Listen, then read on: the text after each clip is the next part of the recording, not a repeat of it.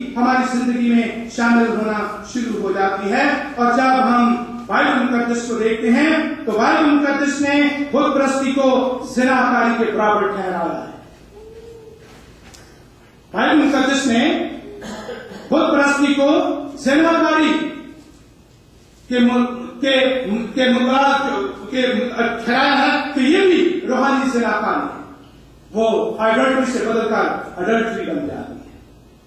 ہوشیہ کی کتاب کا پہلا باب اس کی 30 آیت، یرمیہ کی کتاب کا دوسرا باب اس کی 30 آیت، حزقیل کی کتاب کا 16واں باب اس کی 23 آیت، یعقوب کا خط اس کا 4واں باب 4 اور 5 آیت. ان کو جب آپ پڑھیں گے تو آپ کو یہ بات معلوم ہوگی کہ کس طرح سے بائبل مقدس میں یہ بیان کیا گیا کہ بت پرستی جو ہے وہ کیا ہے؟ زناکاری ہے. اسے روحانی زناکاری کہا جاتا ہے. اور خدا قدوس نے بنی اسرائیل سے یہ کہا تو اپنے لیے کوئی تراشی ہوئی مورت نہ بنانا، نہ کسی چیز کی صورت بنانا جو اوپر آسمان میں یا نیچے زمین پر یا زمین کے نیچے پانی میں ہے. ان کے آگے سجدہ نہ کرنا اور نہ ان کی عبادت کرنا، کیونکہ میں خدا ہوں، تیرا خدا غیور خدا ہوں. نے کہا I am jealous God.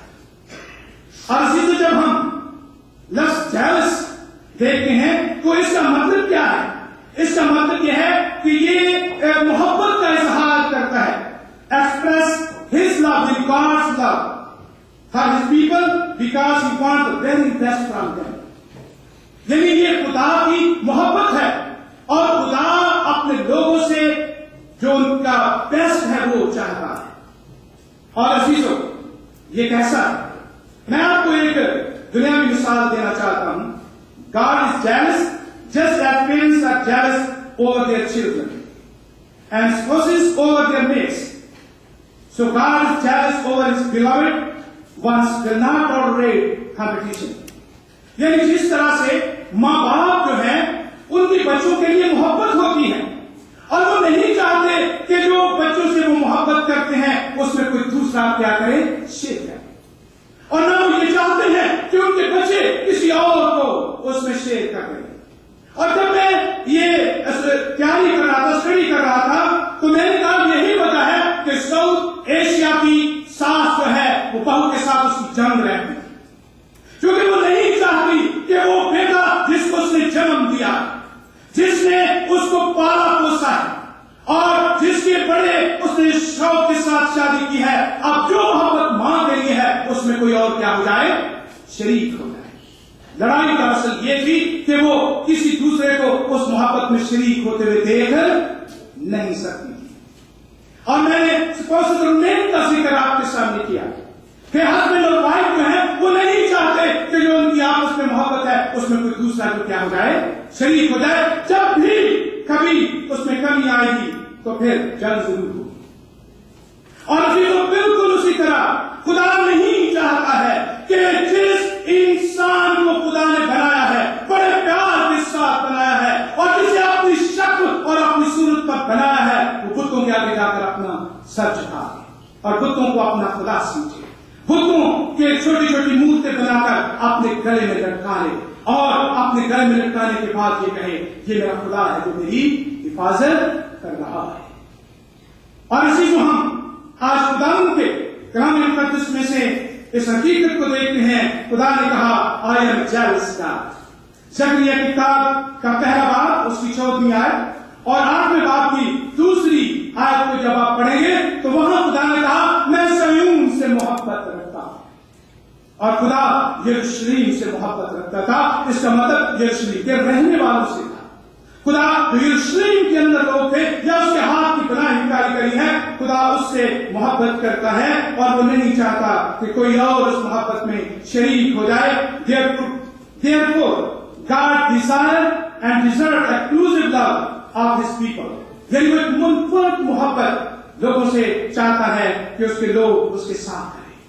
اس لیے پروش کی کتاب کا پہلا باب اس کی 14ویں آیت 34واں باب 14ویں آیت، استشناء کی کتاب کا 4واں باب اور 24ویں آیت، 5ویں باب کی 9ویں آیت اور 6ویں باب کی 13ویں آیت کو جب پڑھیں گے تو آپ کو اس کا ذکر ملے گا کہ خدا یہ چاہتا ہے کہ وہ محبت جو خدا کے لیے ہے اس میں کوئی دوسرا شریک نہ ہو، وہ صرف خدا کے لیے.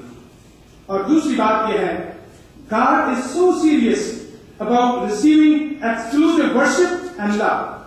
He punishes those who refuse to obey him. کیونکہ خدا قدوس نے یہاں پر کہا کہ تو ان کے آگے سجدہ نہ کرنا اور نام کی عبادت کرنا، کیونکہ میں خدا ہوں، تیرا خدا غیور خدا ہوں، اور جو مجھ سے دعوت رکھتے ہیں ان کی اولاد کو تیسری اور چوتھی پشت تک باپ دادا کی بدکاری کی سزا دے گا۔ اور اسی طرح جب ہم اس بات کو سیکھتے ہیں تو ایک بات ضرور یاد رکھیں کہ خدا نہ تو جو دوسری قوموں کے بت سے ان سے جلتا تھا، اور نہ ہی خدا ایسا کرتا ہے کہ وہ ایک کی سزا دوسرے کو دے۔ حزقیل چیپٹر 18 ورس کو حزقیل کی کتاب کے 18 باب کی 4 آیت میں آپ کو اس کا ذکر ملتا ہے۔ لیکن حقیقت کیا ہے؟ But the sad consequences of ancestral sin can be passed from generation to generation. And innocent children suffer because of what their parents or their grandparents have done. ہوتا یہ خدا ایسا نہیں کرتا، لیکن یہ ہے کہ ہوتا یہ ہے کہ نتیجہ تن جو ماں باپ نے یا باپ داد نے گناہ کیے ہیں وہ جنریشن ٹو جنریشن کیا ہوتے ہیں؟ پیس ہوتے ہیں، اور پھر جو ان کی آنے والی نسلیں ہیں وہ اس سے متاثر ہوتے ہیں۔ ویسے گناہ کس نے کیا؟ کس نے گناہ کیا؟ آدم نے۔ گناہ کس نے کیا؟ آدم نے۔ سزا کون بھگت رہا؟ میں اور آپ، کیونکہ وہ نسل در نسل کیا ہو رہی ہے؟ پیس ہو رہی ہے، اور اسے ہم انگلش میں اوریجنل سن اور اردو میں مانوسی گناہ کا نام دیتے ہیں۔ اور اسی کو ہم بائبل مقدس کے ٹائم میں یہ بات سیکھتے ہیں کہ 4 پشتیں ایک ہی ایکسٹینڈڈ فیملی کے اندر رہتی تھی۔ 4 پشتیں ایک ہی ایکسٹینڈڈ فیملی کے اندر اور ایک ہی گھر کے اندر رہتی تھی، اور یہ انیوژل نہیں تھا، اور ایسا نہیں ہوتا تھا جیسا آج ہوتا ہے۔ مجھے افسوس کے ساتھ کہنا پڑتا ہے کہ آج لوگ ایکسٹینڈڈ فیملی کے ساتھ رہنا یا ان کا ذکر کرنا جو ہے وہ ایک بھتی سی بات ان کو نظر آتی ہے۔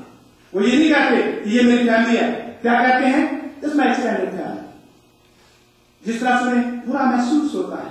لیکن بائبل کے وقت میں کبھی کوئی یہ نہیں کہتا تھا کہ یہ میری ایکسٹینڈڈ فیملی ہے، وہ کہتے ہیں یہ میرا خاندان ہے، اور 4 پشتوں تک لوگ جو ہیں وہ اکٹھے رہتے تھے، اور انہیں یہ اپرچونٹی ہوتی تھی کہ ان کا جو گھرانہ ہے اس میں جو بڑے ہیں، جو بزرگ ہیں، جو آباء و اجداد ہیں، ان کی جو اچھائیاں ہیں ان سے وہ کیا ہو سکے؟ فائدہ اٹھا سکے۔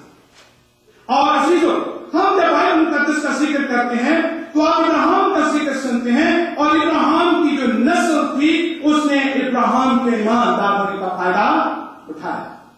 اور آپ جب مقدس داؤد کا ذکر کرتے ہیں تو اس کی منسٹری اور اس کے بعد جو آنے والی اس کی پشت تھی، اس کی موت کے بعد بھی لوگوں نے اس سے کیا کیا ہے؟ فائدہ اٹھایا ہے۔ اور آج میں اور آپ جب زبور کی کتاب کو پڑھتے ہیں تو ہم فائدہ اٹھاتے ہیں۔ جب بھی کوئی مشکل وقت آتا ہے ہم پڑھتے ہیں خدا میرا چوپان ہے، مجھے کمی نہ ہو۔ اور عزیزو، ہم آج خدا کے کلام مقدس میں یہ بات سیکھتے ہیں کہ خدا قدوس نے کہا آیا نجائز کا، اور تو کسی بت کی اور کسی مورت یا کسی صورت کی پرستش نہ کرنا، صرف اور صرف میری بات کرنا۔ اور میں نے شروع میں کہا چاہے وہ کسی مقدس کا ہی کیوں نہ ہو۔ آج شام جب ہم اس حکم کے بارے میں خدا کے کلام میں سنتے ہیں کہ خدا قدوس نے بنی اسرائیل کو اور ہم کو یہ آئین دیا، تو اپنے لیے کوئی تراشی مورت نہ بنانا، نہ کسی چیز کی صورت بنانا جو اوپر آسمان میں یا نیچے زمین پر یا زمین کے نیچے پانی میں ہے۔ تو ان کے آگے سجدہ نہ کرنا اور نام کی عبادت کرنا، کیونکہ میں خدا ہوں، تیرا خدا غیور خدا ہوں، اور جو مجھ سے دعوت رکھتے ہیں میں ان کی اولاد کو تیسری اور چوتھی پشت تک باپ دادا کی بدکاری کی سزا